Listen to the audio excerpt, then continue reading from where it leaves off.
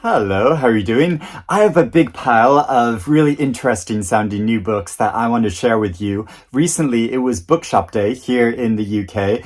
I never need much of an excuse to go book shopping, so some of these are new books that I've bought myself. Others are ones that publishers have kindly sent me. There's a mixture of fiction, some short stories, some nonfiction, some classics, a whole mixture of stuff. So I'm going to go through and discuss why I'm so eager to read these books. But first to say, this video is very kindly sponsored by Serious Readers, a company that creates beautiful indoor reading lights. So more on them in a few minutes. Now, first off, I want to discuss The Delivery by Margarita Garcia Robayo, translated by Megan McDowell. And this is a novel about an individual who has a seemingly ordinary humdrum life, but then gets a delivery, and in that delivery is their estranged mother. So they start examining their past and the links that tie families together, and also the things that separate families from each other. I've read some of Robayo's fiction before, some short stories and a novella in a book called Fish Soup, and then there's another novel called Holiday Heart, which was really great. She's such a fascinating writer, and this sounds like a surreal and intriguing story premise. The Dimensions of a Cave by Greg Jackson.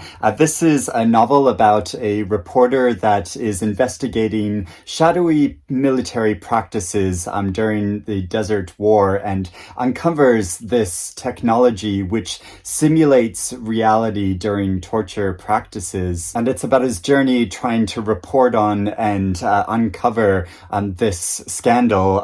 So this is a novel that is part thriller, but also an examination of power and corruption and our relationship with technology. You may notice that there's something a bit odd about this hardback novel, in that the cover of it is what would be the inside flap of it, giving the author bio. And so you can see the spine there, which looks normal, but then also the back gives a description of the novel, and this would normally be on the inside cover. But if you look on the inside cover, you see half of what would be a normal cover for the novel. So, and there's the other half on the back inside flap. So yeah, it's a really unique way of publishing a novel. The Premonition by Banana Yoshimoto, translated from the Japanese by Asa Yoneda. This is about a girl who comes from a seemingly normal, happy, stable family, but there are things about her past which she can't really remember. She goes to stay for a time with an eccentric aunt of hers who does things like wake her up in the middle of the night to become her drinking companion, and she watches Friday the 13th on repeat. I love a character of an eccentric auntie in a novel, and gradually over time the protagonist of this book starts to recall things about her past and why she forgot them.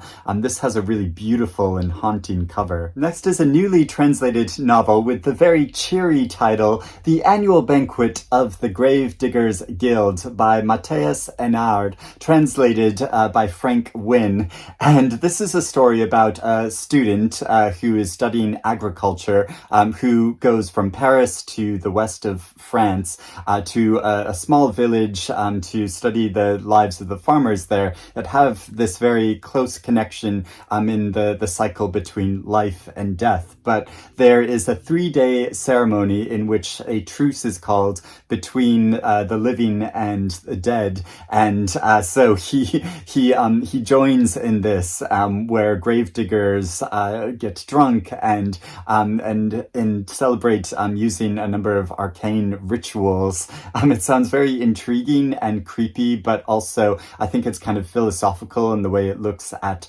at our relationship with time and with death, obviously. So one of the bookshops I went to recently for Bookshop Day was the beautiful Daunt Books, which has this like gorgeous lawn hall with windows above and lawn shelves of books. And yeah, I just love going to that bookshop and love having an excuse to go there and buy new books. Also, I like a novel that has a map on the inside cover. Another new literary novel that is reckoning with our relationship with time is Tremor by Teju. This is about a man who grows up in West Africa, but eventually becomes a teacher in New England.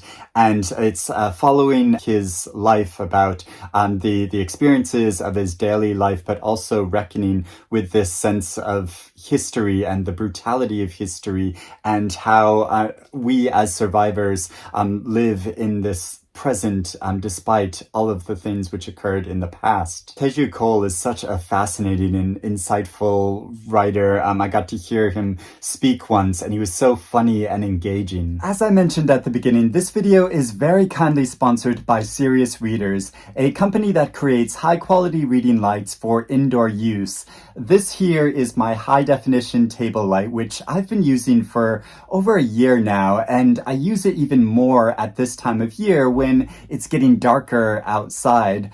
Also, I'm getting older and the old eyes aren't what they used to be, and I remember reading by dim light when I was younger and my grandmother telling me off saying, "You'll ruin your eyes, Eric," and now I know what she meant. Serious lights replicate the daylight spectrum as close as technically possible with what they call daylight wavelength technology. I'm currently rereading my favorite novel of all time, The Waves by Virginia Woolf, alongside my book club. So let me show you how well this lamp illuminates the pages of this book. The type in this edition is quite small. As you can see, the light helps me read more clearly while feeling warm and natural. Its neck is very easy to manipulate and angle, so it shines exactly where I want it.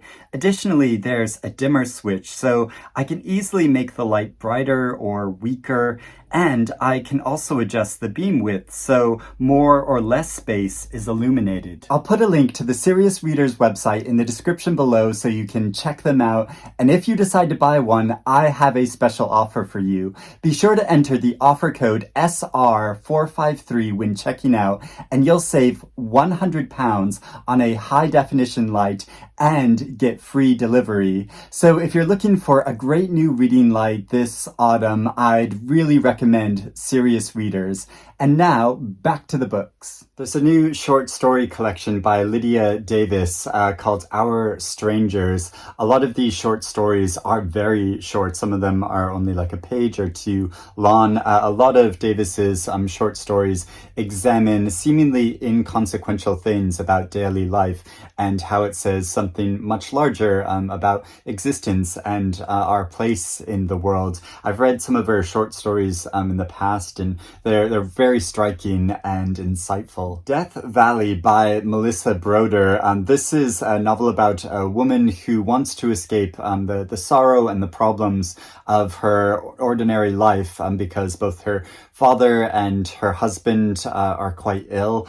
So she travels to the high desert in California and goes on a hike through the desert and discovers there a large cactus which shouldn't be there. And in that cactus, she finds a door, which is kind of a portal into another world.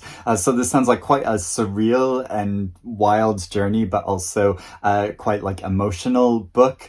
I read Melissa Broder's novel, The Pisces, which was very divisive, but I really enjoyed it. So this sounds like a very intriguing story. Another very surreal sounding novel, even more surreal than Death Valley, is Oregon Meets by K-Ming Chang. This is a story about two female best friends, and in their locale there are a number of stray dogs who are able to communicate with humans, and they discover that there's this whole history of women-headed dogs and dog-headed women, and these best friends want to join the ranks of this tradition of women slash dogs, and the story gets even wilder from there. So yeah, sounds really fascinating. I've read a number of short stories by K-Ming before. She's such an imaginative writer, but there's also this emotional resonance behind all of this wildness in her storytelling, and so I think she's an absolutely fascinating writer. This Plague of Souls by McCormack, this is an advanced copy of this very short novel, and this is the finished version of it. So this is about a man who returns to his native Ireland after spending a long time away, and he travels back to his home to find that his family has vacated there, and all of the possessions and belongings have been emptied out of the house, and the only thing which connects him with this past is someone who calls him, who seems to know everything about his life. And so we gradually get to understand the meaning of his past and his relationship with his home and his family and his country. I talked recently about some of my favorite books from the past decade, and Mike McCormack's novel Solar Bones is definitely one of my favorite books that I've read in the past 10 years. He is such an interesting writer. So his writing is so beautiful, but also so meaningful. The Possessed by Witold Gombrowicz, translated by Antonia Lloyd-Jones. This is a classic Gothic Polish novel, first published in 1939. The story is about a tennis instructor who goes to work with a promising female student from a bourgeois family, and they start having an affair with each other, which is very tumultuous. They have a very love-hate relationship. But then he also starts getting involved with this mysterious castle nearby, which is resided over by a mad prince, and there are haunted rooms in this castle, and there are clairvoyants about. And so yeah, it sounds very creepy and intriguing, and I love a great Gothic story. The Need for Roots by Simone Weil, who was one of the most famous French philosophers of the early 20th century, and this is one of her most well-known books. I've never read anything by her before, but I've always been curious to. And in this, she lays out what we need as humans to feel truly nourished in life. We need a secure community and sense of place, a sense of a shared past, and collective hopes for the future.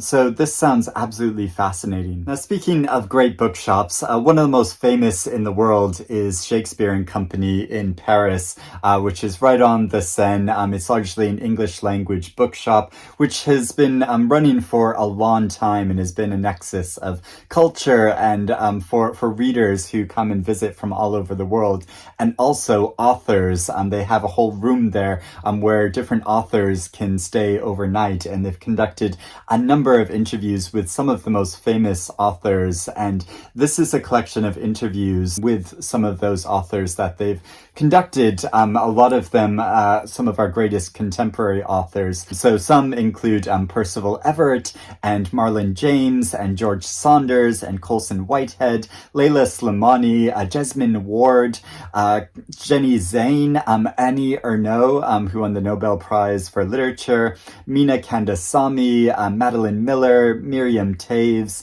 Claire Louise Bennett.